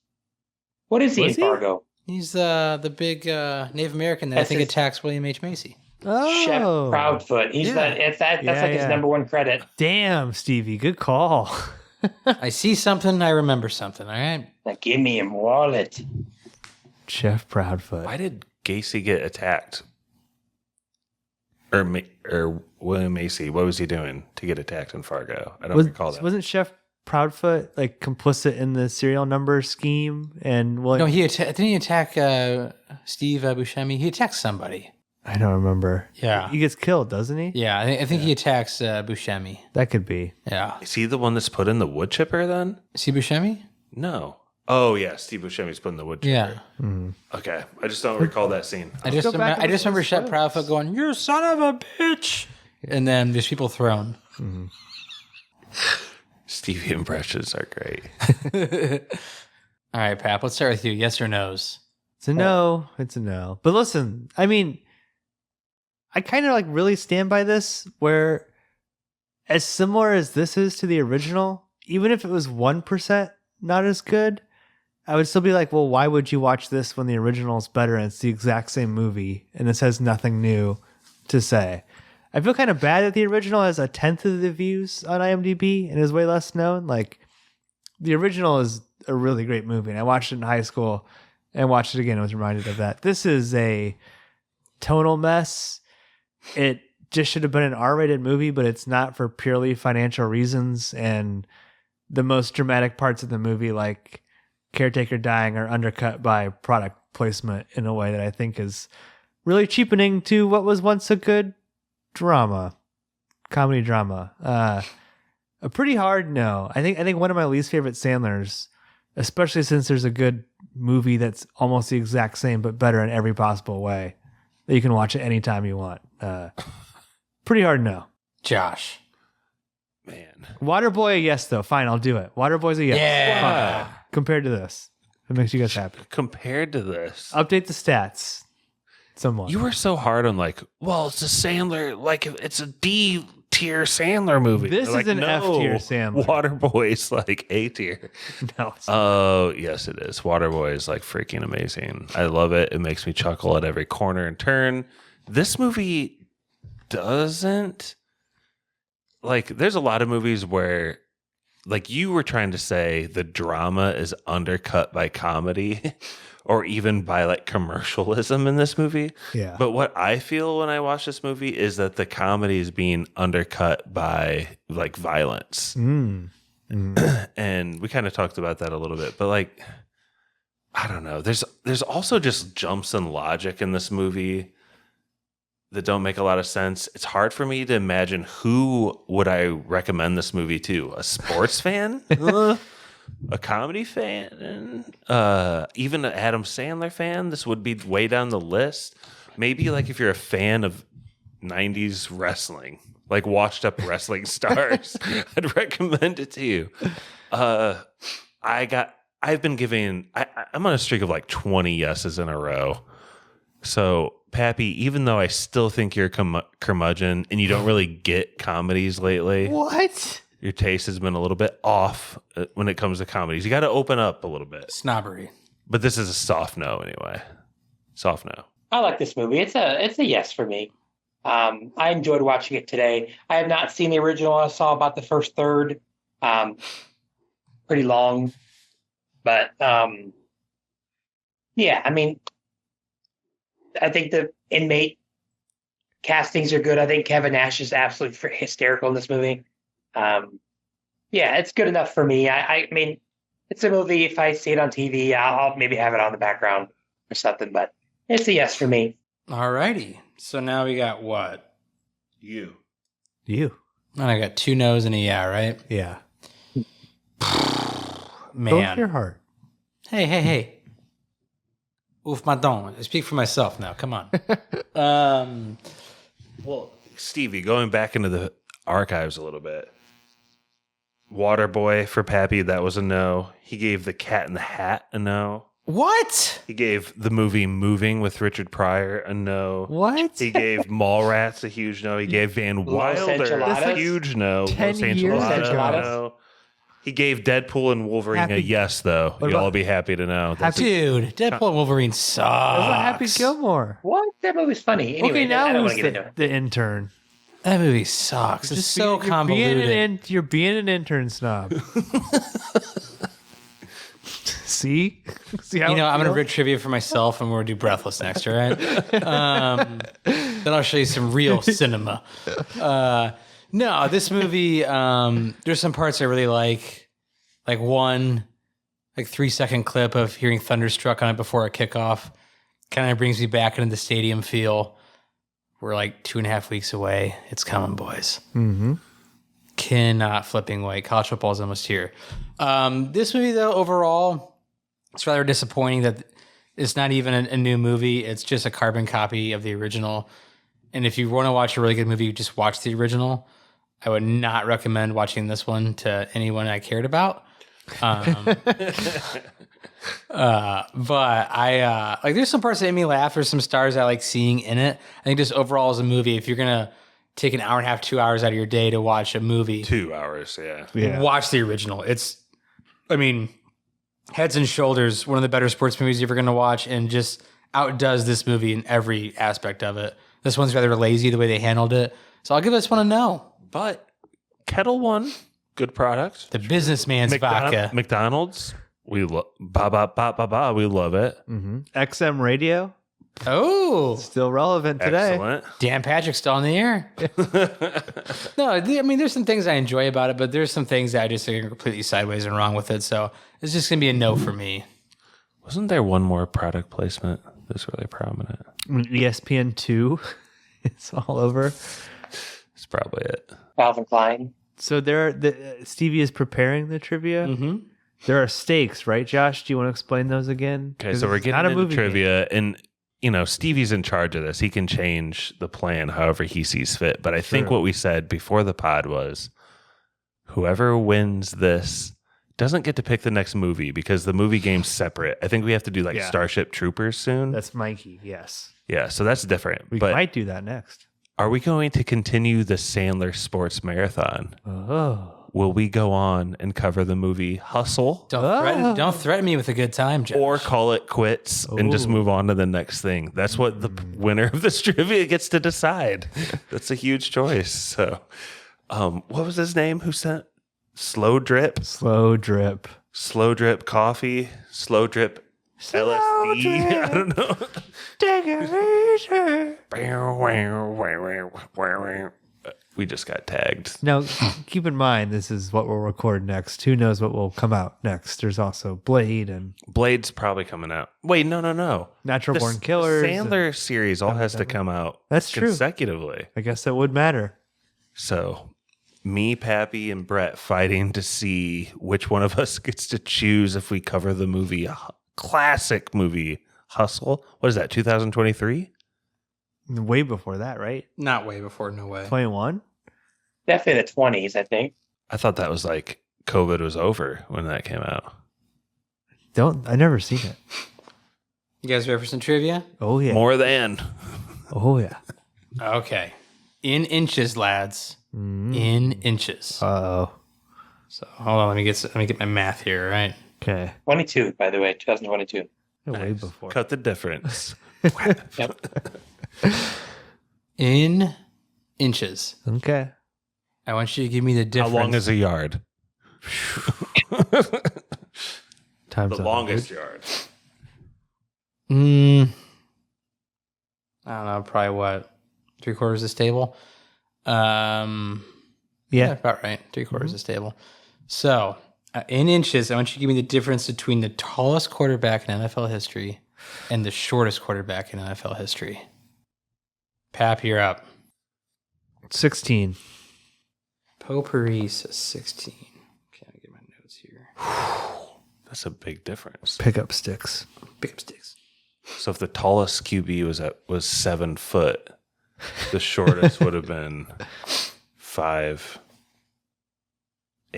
in your 10. 8. 5'8" in okay. Brett. That's a good guess. Let's see. Mark Osweiler was tall. I think McGuire was tall. You say 14 or 16? 16. 16. I was going to say 14, but now I'm thinking, I mean, this goes all the way back to the 20s. People were pretty short back then. They talk like this. Sweet Feet McGuire. He went 1 for 5 on the season, won the MVP. I think I'm going to regret. Loose Lips Larry on the field. I'll say 15.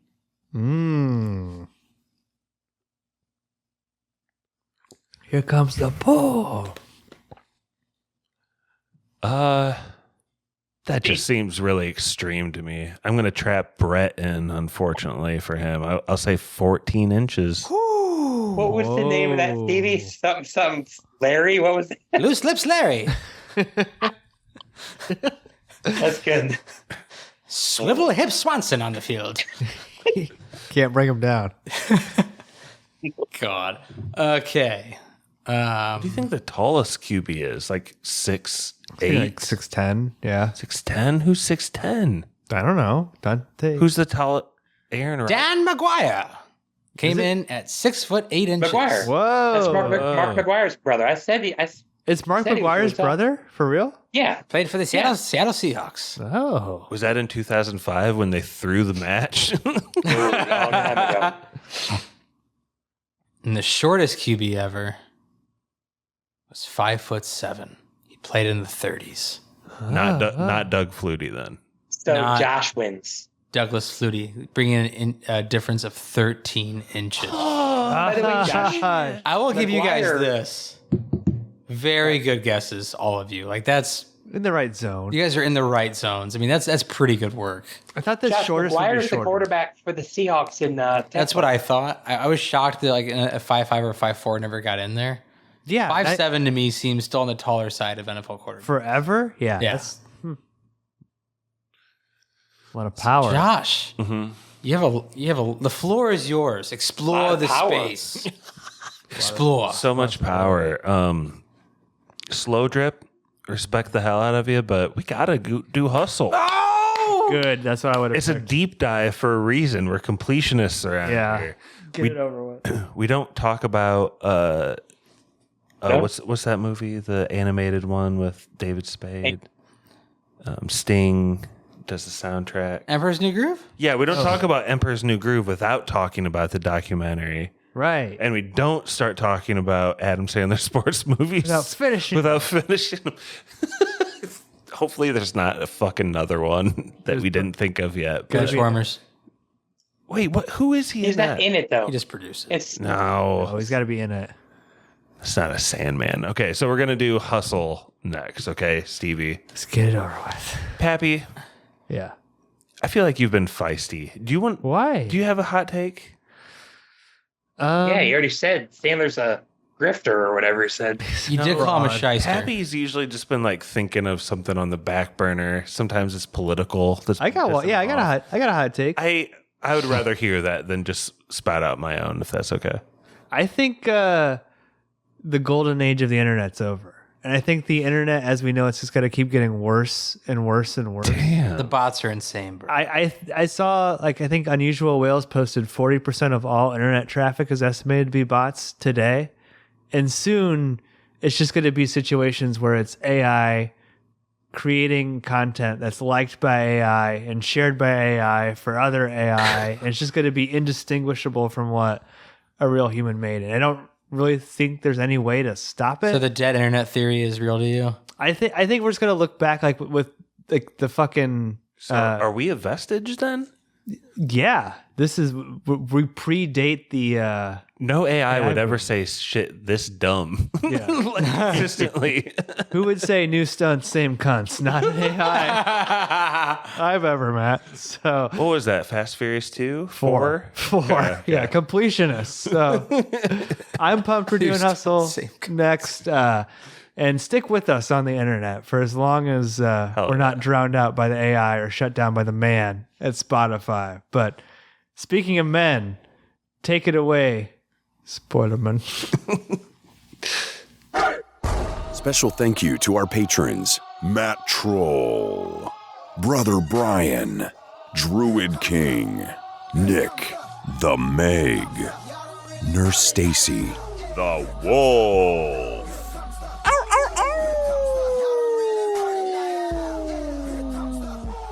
Barky 420, PK, Spencer, Gale, Swole, Cheese Zombie, Sebastian, Dr. Lars, Stone Cold Austin, Nephew Quinn, Best Friend Drew, Shatty Daddy, Jimmy the Cricket, Optimus E, the Ayatollah of Rock and Rolla, Derbs, Teddy Ruxpin. If you'd like to request an episode, hear your name read by Spoilerman, or even just help us make podcasts, please check us out on patreon.com/spoilerspodcast. Be sure to check out Corey's podcast, Big Dumb Movie. Our email is podcastspoilers@gmail.com. Twitter is @spoilers_pod. Our Instagram is podcast spoilers. It's lit. Josh Hensley from the Rutabaga wrote our theme song. Please support this podcast by leaving us an iTunes review. To do this, 1. Search for movie spoilers. 2. Click on our orange Spoilers Bowl logo and scroll all the way to the bottom. 3. Leave us some stars and some words. Now you can check us out on Spotify, YouTube, Stitcher, Apple, and Google Podcasts. Spoilers is now available on Audible. That's so long ago.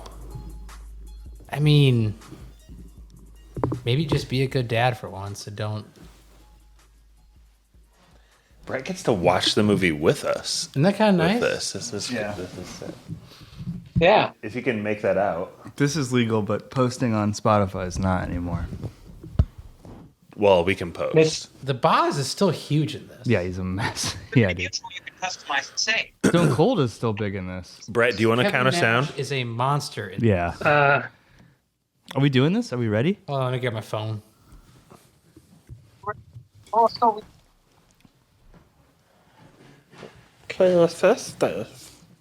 Now everybody watched the remake, right? I thought we were doing the original. Yeah. Yeah, okay. The one with Burt Reynolds? Yeah. Okay. We're definitely doing the one with Burt Reynolds. Stevie, you are correct, sir. What's that?